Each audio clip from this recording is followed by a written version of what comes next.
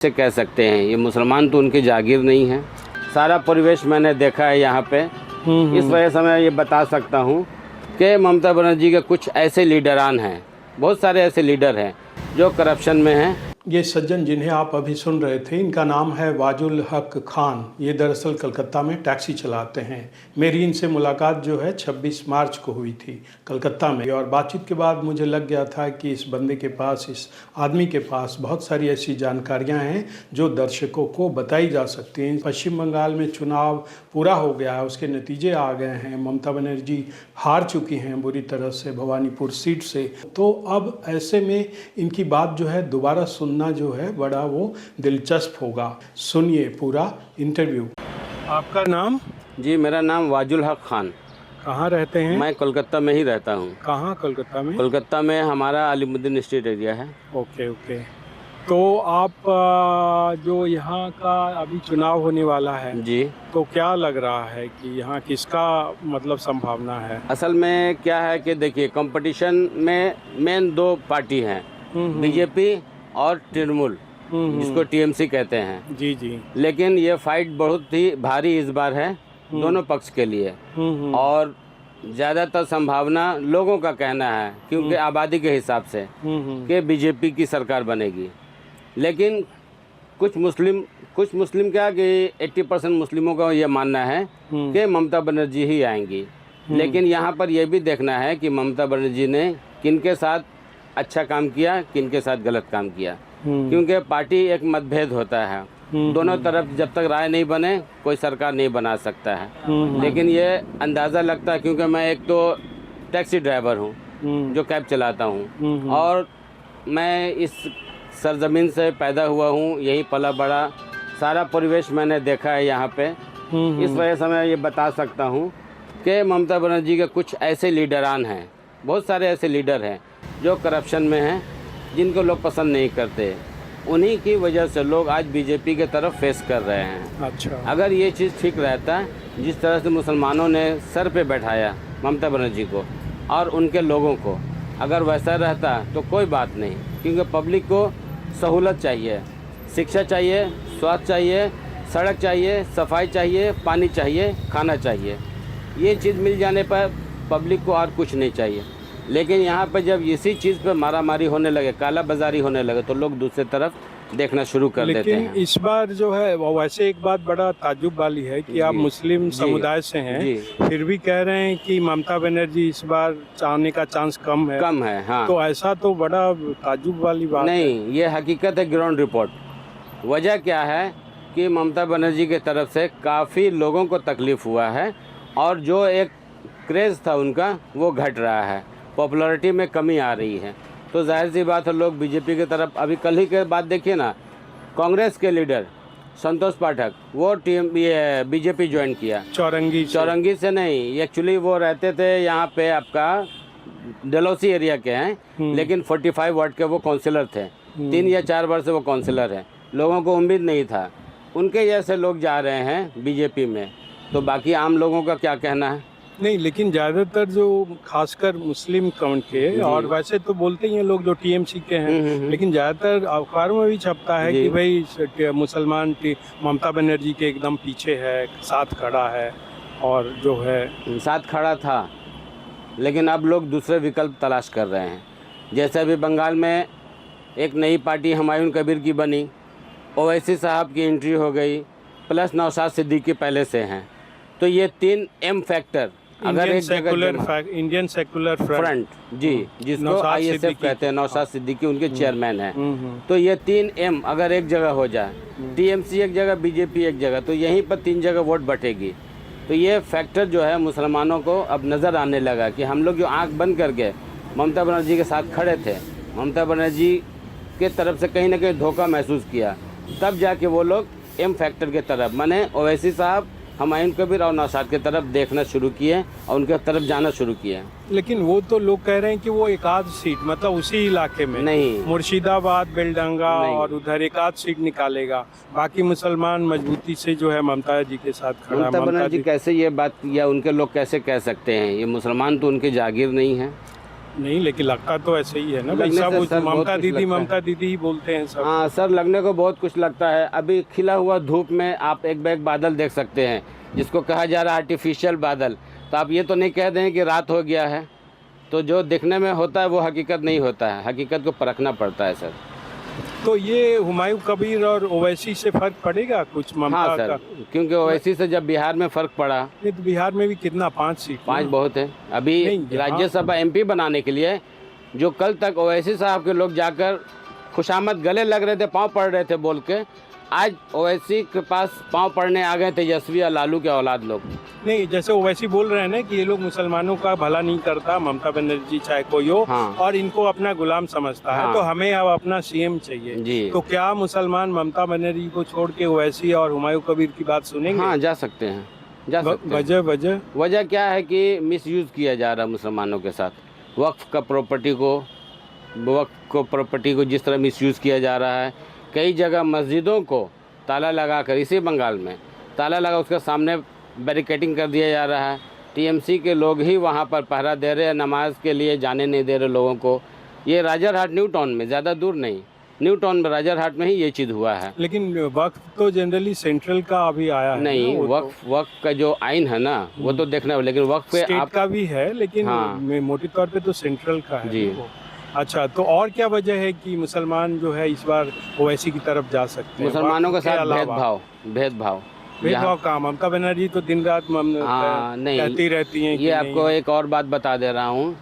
दिन में ममता बनर्जी के साथ जो लोग रह रहे हैं, रात में वो लोग आरएसएस और बीजेपी के लोग हो जा रहे हैं। तो ये चीज़ तो ममता बनर्जी को स्टैंड लेना चाहिए कि जो मेरे लोग हैं उनको हिफाजत ज़रूरी है।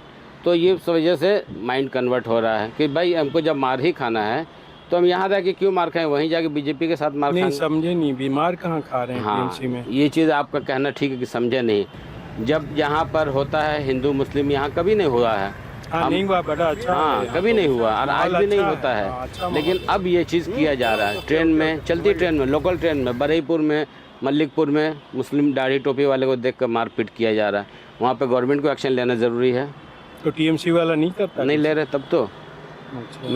मैं कहना चाहता हूँ कि लोग 2000 किलोमीटर दूर वाले लीडर को क्यों बुलाएंगे यहाँ, जब मेरे घर के पास के लीडर हैं। लोगों ने ममता बनर्जी को बहुत इज्जत दिया, बहुत सम्मान दिया, फुल पावर दिया, लेकिन इनको भी चाहिए कि हाथ पकड़ के रखें।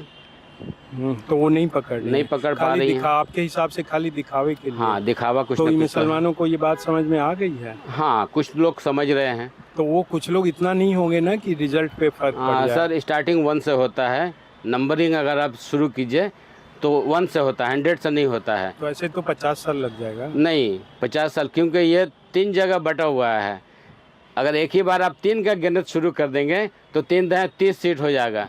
अगर 30 सीट ही अगर ये लोग ले आए 3 M फैक्टर होकर, तब तो यहाँ पे मुश्किल हो जाएगा ना। वोट बढ़ जाएगा। बिल्कुल, तो उसका फायदा तो बीजेपी को होने होगा। दीजिए, क्यों होगा। तो मुसलमान को ये गवारा होगा कि बीजेपी को बीजेपी आ जाए? नहीं, बीजेपी को कैसे फ़ायदा होगा। बीजेपी का जब 2021 में सिर्फ 3 सीट था, 78 सीट कैसे हो गया, ये भी सोचने वाली बात है। सही बात। ममता बनर्जी के कितने लोग रिजाइन कर कर के जाकर बीजेपी ज्वाइन किए हैं।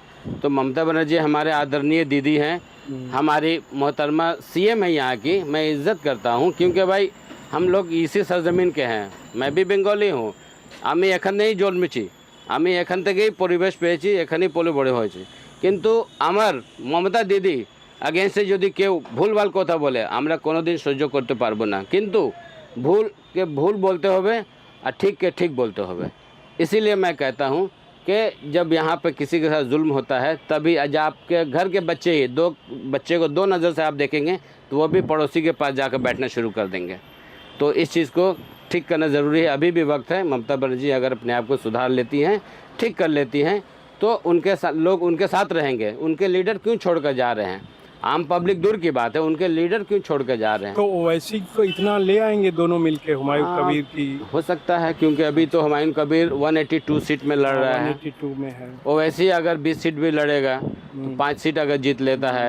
नौशाद सिद्दीकी का भी काफ़ी परफॉर्मेंस बेहतर हुआ है 2021 के मुकाबले में।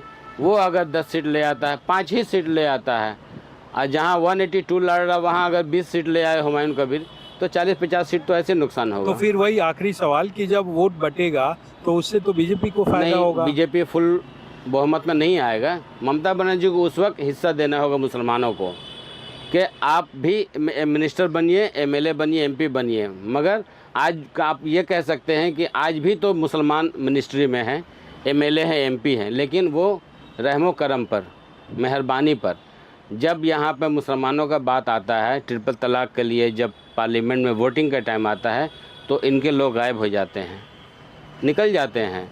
जब यहाँ पर यूसीसी का बात आता है तो इनके लोग हट जाते हैं, जब एनआरसी का बात आता है तो ये लोग हट जाते हैं। तो वैसा जब इन लोगों का एमपी एमएलए खुद रहेगा, ये लोग पार्लियामेंट से वॉकआउट नहीं करेंगे। तो ये हिस्सा देना पड़ेगा उस वक्त मुसलमानों को। बिल्कुल, तब हिस्सा देंगे। आप पार्टनर बन के रहिए ना, मैं आपके नौकर क्यों बनूंगा। तो बीजेपी को पूरी फ़ायदा नहीं होगी, ये हकीकत है। तो एक चीज़ तय है कि बीजेपी भी आ सकता है इस बार। बीजेपी का कुछ सीट बढ़ सकता है, तो सत्ता में नहीं आएगा। सत्ता में नहीं आ सकता है, क्योंकि ममता बनर्जी का जितना अभी सीट है, सीट में कमी आएगी। वो सीट जो है मुसलमानों की तरफ जाएगी। तो ममता बनर्जी मोहतरमा अगर चाहें हमारी, तो मुसलमानों को अपने साथ लेकर अलायंस करके सरकार चला सकती हैं।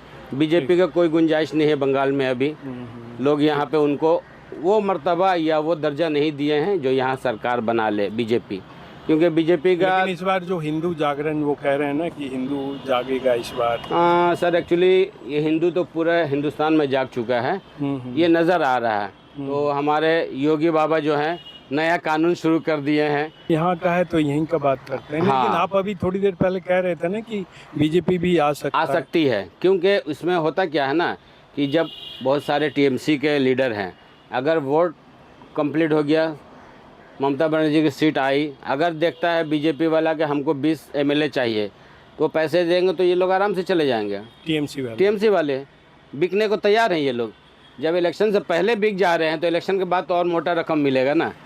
तो इसका मतलब है बीजेपी आ भी सकती है। हाँ, आ भी सकता है अगर ममता बनर्जी अपने लोगों को ठीक ठाक नहीं रखी तो। अच्छा, एक चीज़ बताइए, आप तो टैक्सी ड्राइवर हैं जी, पूरा कलकत्ता इधर घूमते हैं। बिल्कुल, तो आपको तो ज़्यादा जानकारी होगा क्योंकि बहुत सारी बात हर जगह। हाँ, बहुत सारे पैसेंजर हमारे साथ बैठते हैं, मैं उनको से बातचीत करता हूँ, वो हमसे बात करते हैं। मैं बहुत सारे एरिया जाता हूँ जहाँ पर बहुत ऐसा प्रॉब्लम है सर कि लोग रात में निकल नहीं पाएंगे घर से, लेकिन वहाँ पर देखा जा रहा पानी के लाइन में लगे हुए जवान लड़कियाँ, 80 साल की बूढ़ी औरतें 3 बजे भोर में बैठी हैं डब्बा लेकर कि पानी के टैंकर आएगा तो पानी देगा तो हम अपने घर में पानी। कौन सा इलाका है उसे? ये इलाका तिलजला, तुपसिया, जो मुस्लिम पॉपुलेशन में ज़्यादा है, कलकत्ता में ही, साउथ कलकत्ता का एरिया आता है, वो एरिया हो गया। कुछ बेलगछिया एरिया हो गया, कमरहट्टी एरिया हो गया, जहाँ गंदगी भरा हुआ, आज भी नाला 20 साल से साफ़ नहीं हुआ है। तो कम से कम सीपीएम पहले जो करप्शन किया लोगों ने लात मार के भगा दिया, लेकिन आज कम से कम ममता बनर्जी के वहाँ एमएलए है, तो उनको तो चाहिए साफ़ कर दें, सफाई करें, लोगों को अच्छी परिवेश में रखें ताकि लोग उनसे दूर नहीं रख रहे। नहीं हो रहा है, आज भी गंदगी है। अगर आप, तो इसका मतलब है कि मुस्लिम समाज के लोग यूं ही बोलते हैं ममता। हाँ, और ये हावड़ा में भी आप इस तरफ से पार हो जाएं, पिलखाना के एरिया में चले जाएं, टिकिया पहाड़ एरिया चले जाएं, गंदगी का अंबार, लोग कूड़ों पे चल रहे हैं, कूड़ा रोड में फेंका हुआ, सफाई कर्मचारी नहीं आ रहा, कूड़ा पे लोग चल रहे हैं। तो ये क्या है? अच्छा, ये कई जगह पोस्टर हम देखे जिसमें लिखा हुआ था बाइकॉट बीजेपी जी, टीएमसी का। सर ये पॉलिटिकल स्टंट है। हाँ। तो बीजेपी वाला हटाता नहीं है वो फोटो पोस्टर? नहीं, ये लोग भी नहीं हटाएंगे क्योंकि इसी बहाने हमारा प्रचार तो हो रहा है। अच्छा, कहते हैं कि जो बदनाम होता है वही उसी का तो नाम होता है, तो इसीलिए बीजेपी वाला नहीं हटा रहे हैं। इससे प्रचार होगा। जी बिल्कुल, टीएमसी वाला बाइकआउट का पोस्टर लगा। हाँ, और हमारा पोस्टर, हमारा कमल का फूल तो दिख रहा लोगों को, तो वोट लेने में सहयोग मिलेगा। तो आपने जो है ये पूरा इंटरव्यू सुना जो 26 मार्च को लिया गया था, और अब जो है आप इसके अपने हिसाब से जो है मायने निकाल सकते हैं पश्चिम बंगाल की राजनीति का, और यहाँ से जो है अब पश्चिम बंगाल की राजनीति कहाँ जाएगी उस पर भी जो है अब आप अपनी राय बना सकते हैं। तो आज के एपिसोड में इतना ही। आपसे अनुरोध है कि इस चैनल के वीडियो को देखें, लाइक करें, शेयर करें और चैनल को सब्सक्राइब करें। अब हमें आज्ञा दीजिए। नमस्कार।